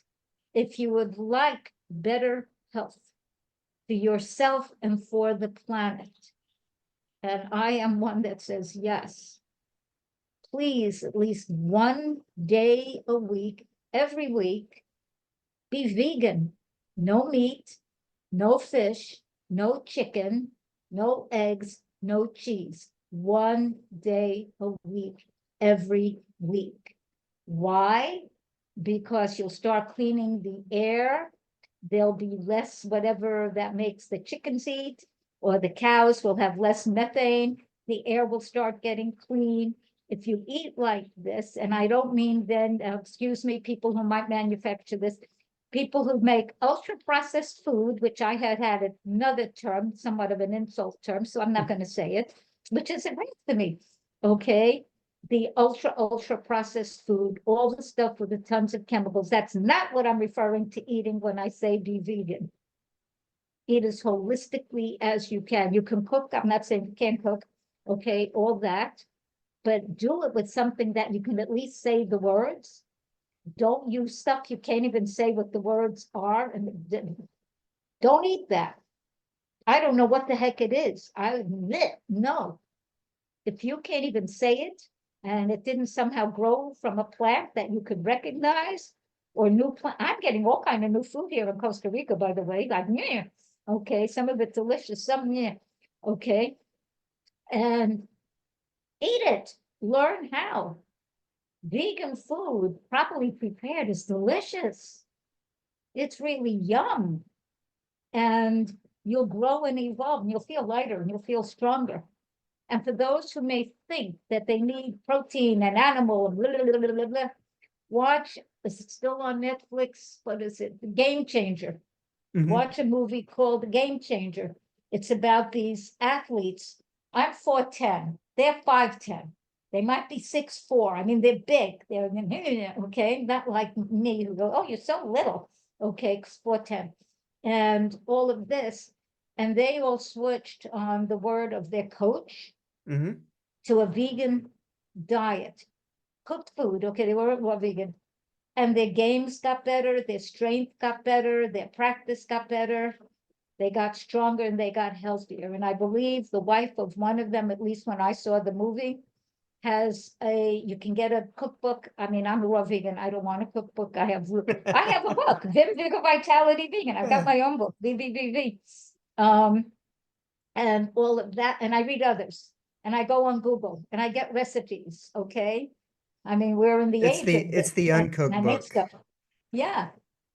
Yeah. I mean, I make delicious, literally raw organic cacao chocolate truffles. They are so good. And they're all holistic. They are delicious. Okay. And so I don't run after the white sugar and the white flour. I used to. A friend told me, another psychic years later, that I was addicted to white sugar and didn't know it. And that was a hard one to get off, let me tell you. That was, and I It think it is. was James Duffy, Sugar Blues, who wrote about that. And apparently it's second to heroin to get off. It's in a lot of things that you would probably not expect. I can't even remember, Toothpaste. it's probably been a while for you, but somebody was saying, I can't even remember if it was a quarter pounder with cheese from McDonald's has a sugar content in it, not just from the ketchup, but there's something that's in it Wow. underlying that in that makes it kind of sweet in a way. But yeah, Wow. I've heard the Wow. kind of heroin comparison. Yeah, I read that. Yeah, it's And folks, a lot of you may not know that white flour can metabolize to sugar. So you can be giving yourself diabetes without being consciously aware of it. I mean, I know it's more money to eat the way I eat. Nobody needs to tell me that. I've been doing this for a long time. I know that. At the same time, I have a different level of health than most people. yeah, This is well, not bragging. This you're is kind of actuality. you pay for it now or you pay for it later. I mean, you're spending the money now, but you're in Costa Rica in front of a call with me on Zoom and not in a hospital and No, and you're doing well because I think I told you before we started recording, and most of the listeners know that my wife and I stayed with my grandparents. Then they passed away during the COVID era in their 80s. But yeah, it's just we know, and we've been able to see, we know what an 80-plus-year-old looks like in good health, but also in declining health. And so yeah, oh God, no makeup. it's pretty amazing. But we went through this kind of defining success and getting to full, Oh you yeah, know so success. Love yourself, find work you love, mhm. whatever that is, get good at it, practice it. And why are you on the earth? Know what that is, start accomplishing it. Part of success is having friends, good friends. Part of success is doing what you love. And yes, if necessary, monetizing it. And for many of us, we need that because we don't yet live in a world where that stuff is taken care of. Yeah, well, Okay, and so there has to be some of that. so speaking Okay, on that though, but have good health. what's been fulfilling in this journey? Like, so in 80 something years, there's been times I'm sure you had money and had more money, and there's times you had less money. Yeah, Um, that's true. what's been part of the, when we define success, a lot of people define as money and things, but what's been the switch and fulfillment for you? Like, how did you know that purpose and these other things were more Okay. important than the money? So I also like a certain amount of money. I mean, I'm actually asking for some because I needed to see my sister. Right. Things. I love pretty things. Oh my God, I'm a psychic. I'm a healer. I love pretty things. My jewelry was stolen when I came here from the United States. So all that pretty stuff, some of it is all gone. But what's most important to me, one, I'm here to create. So I'm painting these rocks. Now I want to find the best places to sell them. And yes, you can buy them from the States to here. I could ship them to you. I can run out, it's in the other room, and you look pretty, and stuff like that. So for me, I came to know that doing the work that I love is totally important to me. I love doing readings. I love doing readings, okay? I love seeing people grow. So Cancerian, okay? I love that I have a daughter. I can't even tell you how much having a daughter and grandchildren means to me. I'm so typical Cancerian with that. It's like right out of the book. I like being in a multicultural, warm, pretty environment. I am, okay? I actually have that here. To me, friends are vital. Friends who really understand me, not surface friends. I Right. know people that you see here People you and can there and have all that. meaningful connection with and deep Yes. conversation. Yes, I have that. People I could share the most of who I am. I have some of that, and they with me. I found out not everybody has that. That it takes courage to be able to be vulnerable. Well, it actually takes accepting yourself and making peace with yourself, even in the midst of, okay, Mhm. to be vulnerable. There are members of my family that are not overly thrilled that I'm not there yet. Okay, I'm not, okay, and they're all good people and they're doing extremely challenging stuff. So kudos to them. And so for me, success, all right, if you know astrology, people, I am born under the sun sign of Cancer. In Western astrology, my ascendant is Aries. So, I don't like people trying to tell me what to do. That's just no good. Mhm. You can suggest, you can make ideas, but to try to boss me around is never going to work. I don't accept it. Never did. Anyone with strong Aries anywhere, that's not a good idea. Okay. So I do the work I love. I'd like more of it. I'd like a lot more. I'm going after that. This is part of it. I Mhm. love sharing wisdom. If anything that's coming out of me, or just the mere fact that I'm 82 and I'm conscious and I could move and I could dance and I can, by the way, I can, okay, with energy, con gusto. That's amazing. So success for me is that more money. Yes, I would like more money because I don't like this juggling like this. I don't. Right. And am I good at it? Yeah, but I'd rather be juggling on a higher level because then I have more also, not only for myself, but to give Right. and to share and to do it on higher levels. People have told me for years, do your own podcast. And I'd like to. I need someone to help produce or do all that stuff because I can't do the techie stuff and do that. No. And so it's finding those people and how to augment it. And am I willing to do that? Now, yes. Have I had to take rests in my life? Yes. When I first came here from the States, I was exhausted. I was exhausted energetically. I was exhausted physically. I was exhausted emotionally. I was exhausted. Why did you go I there? needed to Costa Rica. Mm-hmm. So you were Um, exhausted. So why? What made you decide to go there I and move was, there? well, I was exhausted from the States, not from Costa Rica, because I needed to. So I had been renting a condo Mm-hmm. in Florida. And the person that I rented it from had said I'd never have to leave, that I could have it forever and a day, and blah, blah, blah, blah, blah.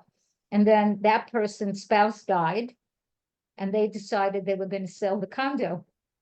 And I was informed about this about 2 months before my 80th birthday. And before my decade birthdays, I prepare myself a couple months in advance to welcome my new decade with open arms instead of, oh my God, not like that, Yeah. like, oh, wow, really? Okay. So I was in that process. I did not want to move then. I thought, where am I going to go? And then I had a good talk with myself.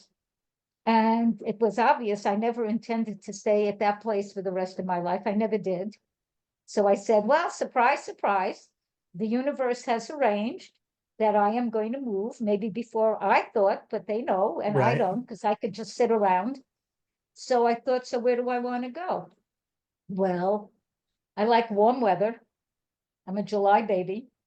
I like warm weather. I like multicultural. I've been doing that since my 20s. Um, I like beauty. I love beauty. I've seen non-beauty. I've been to, and I mean, it's there, but is that what I want to surround myself with? No, it's not. The guides told me that the 80s were my decade of mastery.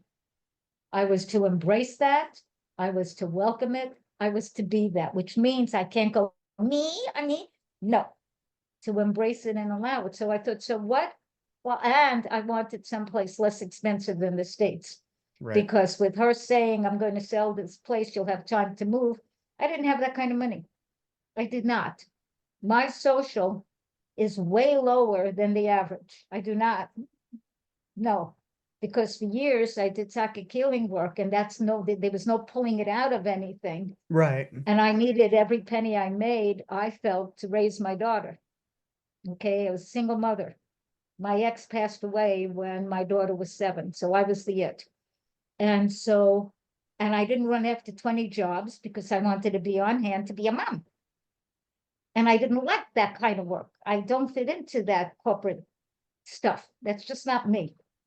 And I attempted it, but okay. And then I get to, no, not a good mix.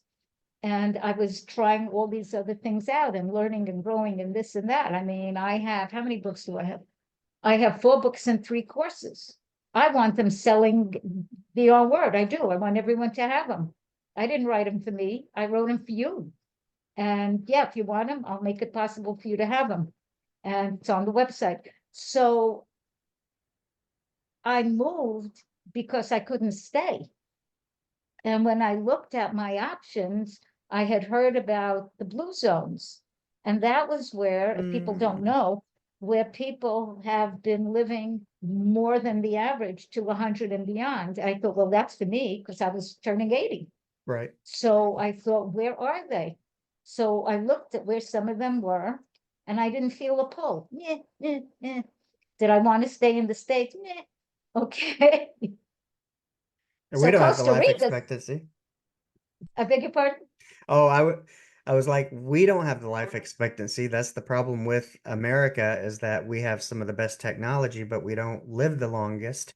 And there was an article on CNN I read earlier this week or last week, which talked about exactly what you said, that some people were moving to different places. One guy chose Italy because the people lived there longer. So he moved from the States to Italy because that's where people live longer. And I was like, it's not necessarily people think like, Panama, Costa Rica, different places like that. They think, well, Be cheaper anywhere. living, expatriate type of thing.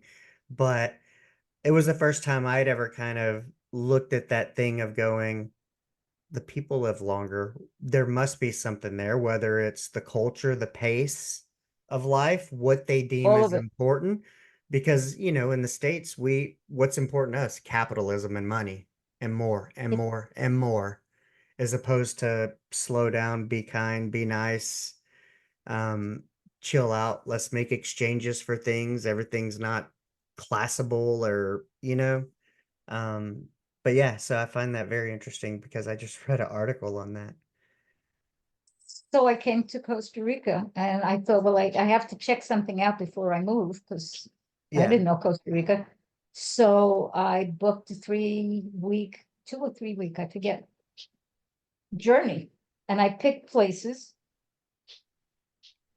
that sounded interesting. Okay. I mean, I'm an artist, so I wanted, do you have art galleries? I wanted right. things that would be of use to me. And a friend of mine said, oh, I know someone in Costa Rica.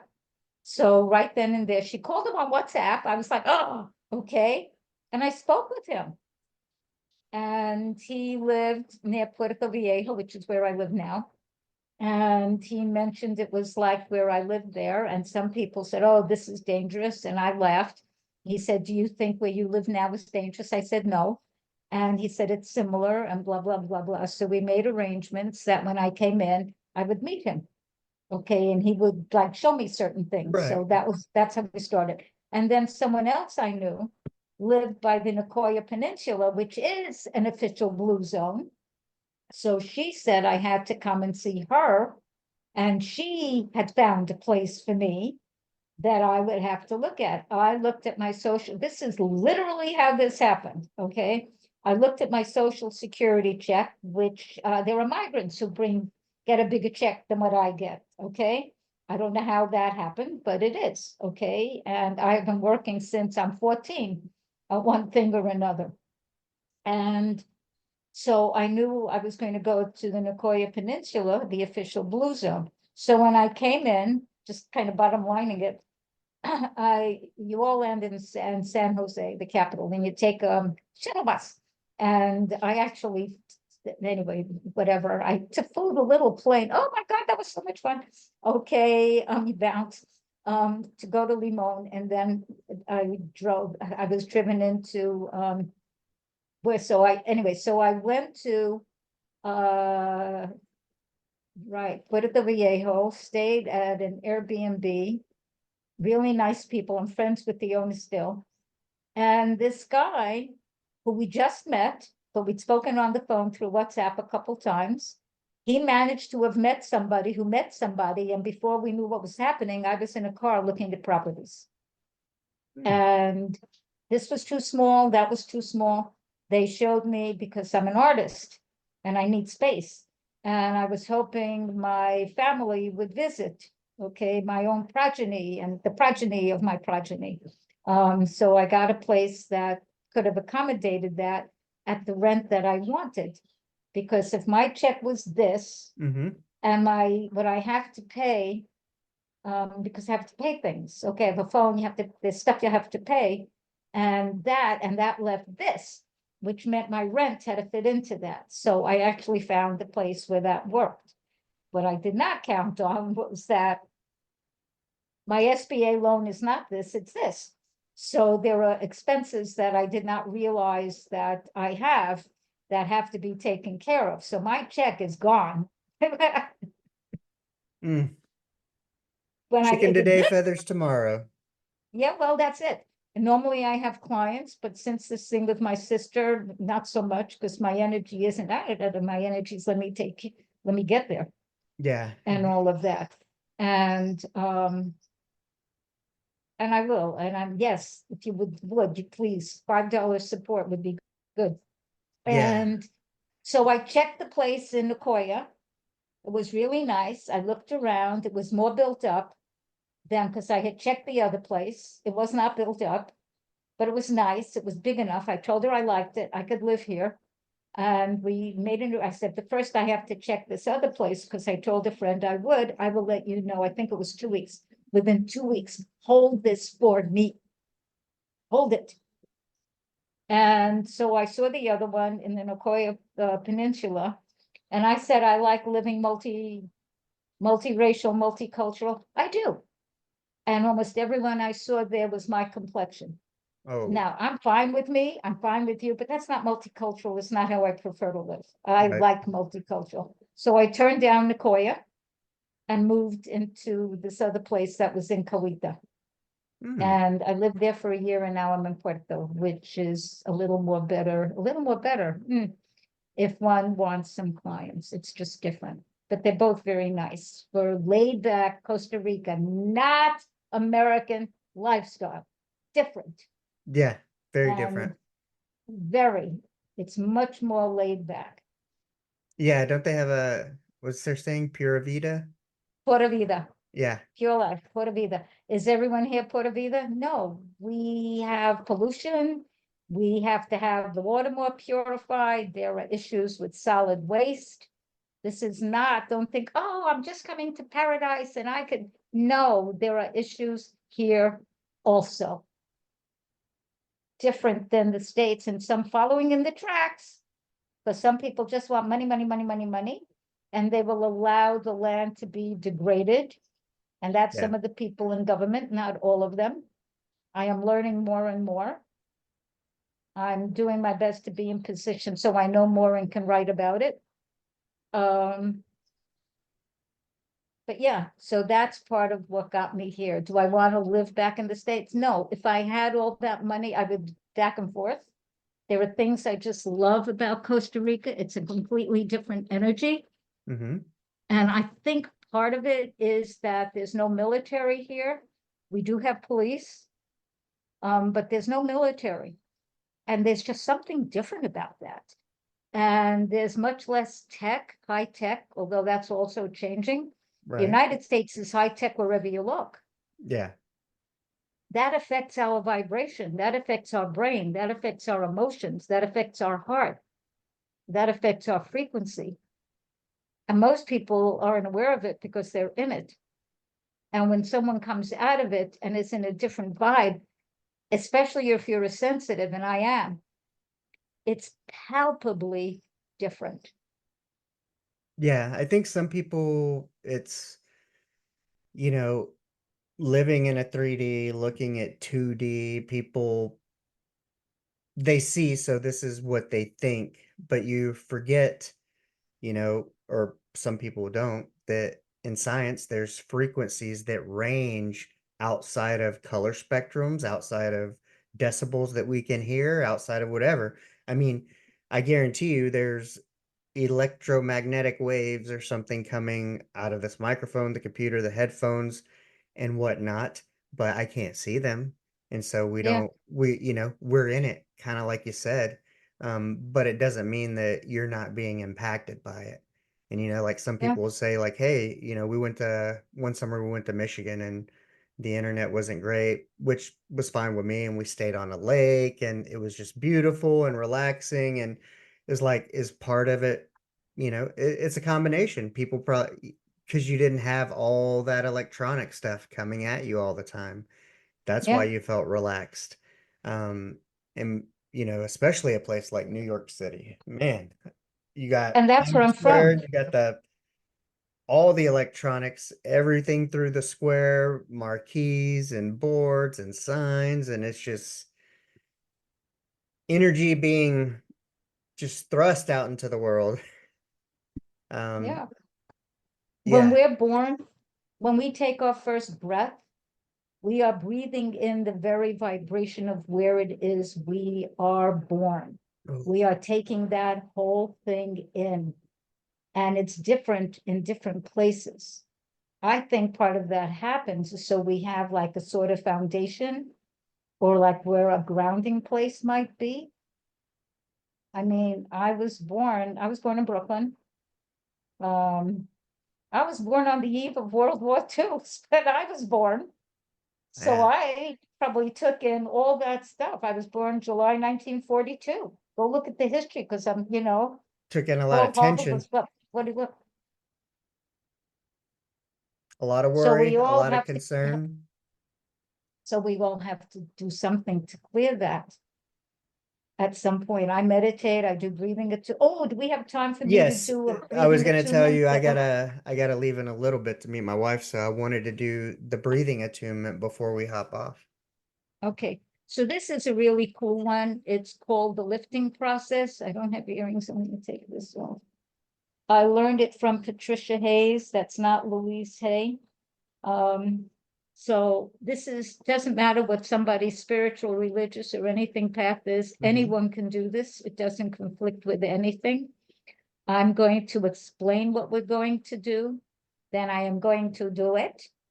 And then I'm going to let you float in it a little bit, and then I will bring you forth. All right. So if you driving a car or anything else, or if you're using a knife, please pay attention to that. Do not close your eyes.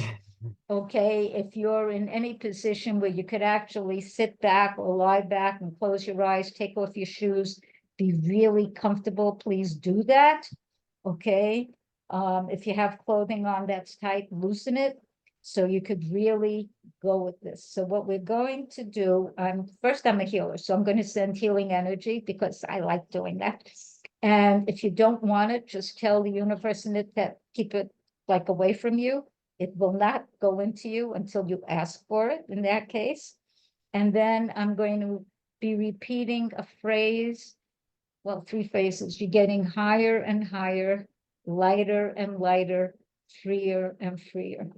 When you do this on your own, I'm going to guide this, and you can always come back to this amazing podcast and go over it. However, at some point, do it on your own every day. It'll start centering you and lifting you. And then when you have challenge, you again do it, but do it regularly. I do this every day in one form or another. So I'll say that, then I'm going to let you float. And then that's my language. Mhm. And then I'll bring you back. And so when you close your eyes, because you want to and you're breathing, don't open them till I direct you to. So I'm going to lift my energy right now.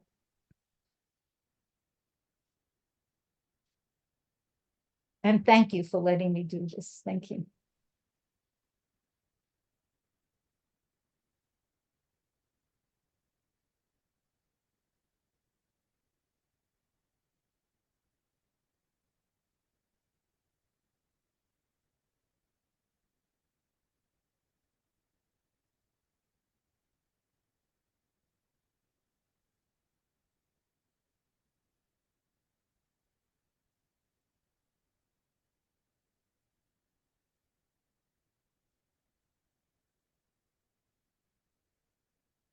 Taking a nice, deep, quiet breath into your heart. Fill yourself with sparkling white light. You are protected. You are blessed. Exhale. Breathe in shining gold light. You are a star. You are again protected. You are energized. You are lifted. And release. Breathe in yet again, silver sparkling light. Fill up your whole energy body, your frequency, your bones, every aspect of you, who you are. You are productive, you are prosperous, you are blessed, you are safe.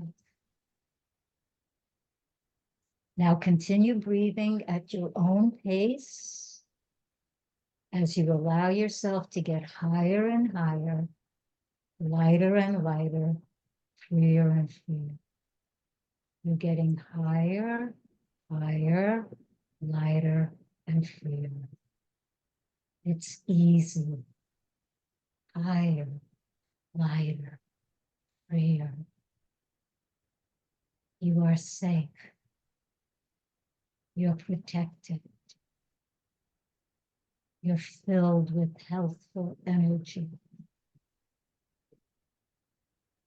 You are prosperous and abundant in all excellent ways.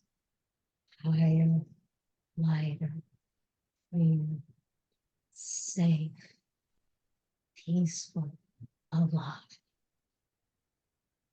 Now you may dwell in this energy. I will bring you forth. I shall be silent.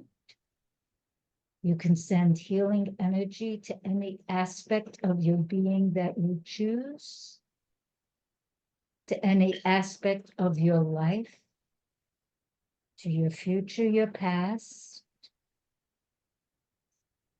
And now I allow you and welcome you to dwell in your own energy.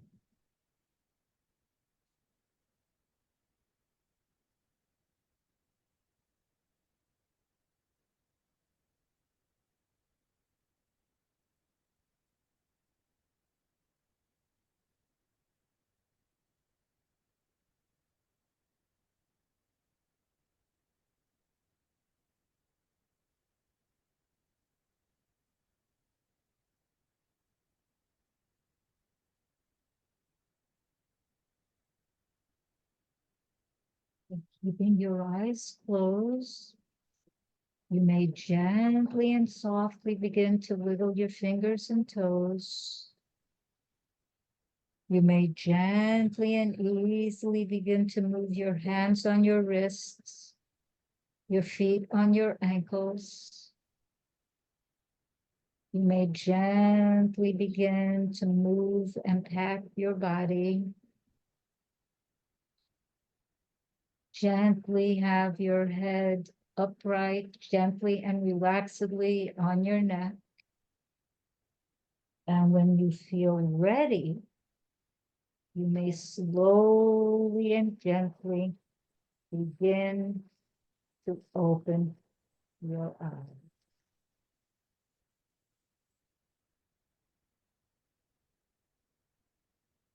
When you feel ready, share how you feel. And you can float in the energy. Feel relaxed. Okay. I feel almost stoned without the head high, which is good. Yeah, it's interesting because when I was telling you, um, when we get off this call, my wife and I are actually meeting for a couples massage and Oh, great. dinner together Perfect. because our 10-year-old daughter's with her grandmother out of town, so my wife and I are gonna do that together. And I was like, Yes. I'm already relaxed and now I'll get the massage, but it'll be great because I think I've had some energies and stuff over the past few days that definitely got me out of alignment, and I need to be cleared, um, body wise and energy wise and spirit wise. I've been working on it and feel much better, trending in the right direction. But yeah, Excellent. that definitely helped. I'm so glad to hear that. People, when you do this every day, and you don't need me for this, although I'll give you the little extras that I give. You can do this on your own. You're meant to do this on your own. Okay. So every day it's like a tune up. Okay. Yeah, And the more you do it, the more centered you become. And the more centered we become, the more energized we are. Okay. Our energy can go higher, not frenetic. That's different. Frenetic energy is not high energy. It's frenetic. It's nervous energy. Okay, we're not going to go there. And then if and when there's something important that one has to do, whether it's a job interview or a conversation with a beloved that's important, whatever it is, do this first to get you in that space and enjoy. See who you become. And do I know a lot of other breathing attunements? You know I do. Okay, this is one of my favorites because it is relatively simple. It's quick. You can do it for longer periods of time. Okay, you can do it for longer periods of time. Allow yourself to really float. You can make it into a home meditation thing. But yeah, thank you. Thank you for letting me do this. Thank you. Thank you so yes, I much. had a lot of fun, and it was, of course, what I ask everybody, one question is, what's been what's been one unexpected benefit that you never could have accounted for or never thought of from embarking on this journey? Knowing that we really do have higher realms, knowing that this is real. When I do energy healings and I call on the energy frequency and I Mm-hmm. send it or direct it, that's not me just moving my head. No, that's allowing it to come and it fills me, okay, Right. as I send it out. So I'm getting it, okay? And so to know, not just think, not just hope, although part of me, to know that there are realities beyond this third dimension. And we have that in us. We have possibilities that we don't even know about. And does it take something about exercising and using our mind, our brains, our bodies? Yes, it does. Is it worth it? Yeah. I like being 82 and healthy and well. Yeah. Would I like my body to look how it looked at 22? I would love it. However, I'm okay with who I am now. I make peace. Yes, I'm thrilled. Yeah. And thank you for all those who do choose to go to my what is it called? GoFundMe to help me see my sister. Really, thank you. And thank you to that allow this. Yeah. Folks, you're amazing. Allow yourself to know that. Well, I had a lot of fun, and um I learned a lot. And I Cool. feel like I could do this forever if my wife and I weren't meeting. But yeah, maybe another time we'll have to talk about the near-death experience or something.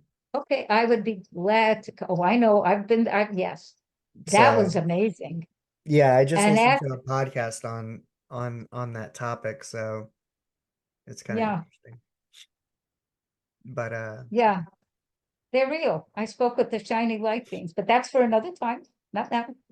all right, Next time. well, Thank you. My thank answer is you. yes. I'd be glad to come back. You're welcome. Look at I you. don't know why my eyes are watering. But You indeed. Good. yeah, so Put some cool water. yeah. Well, all right. I hope Thank you have you. a good rest of your day, and I will definitely be in You too. contact, and I will definitely hit up the GoFundMe, because Thank you, I want you to be everybody. able to see your family for sure. Thank you. I appreciate that. I really do. Blessings, All right. everyone. They're Bye-bye. magnificent. You too. Bye. Well, that's a wrap. I hope you enjoyed the conversation. Please remember to rate, review, and subscribe wherever you get your podcasts from. Remember, go out and be the person that you want to meet.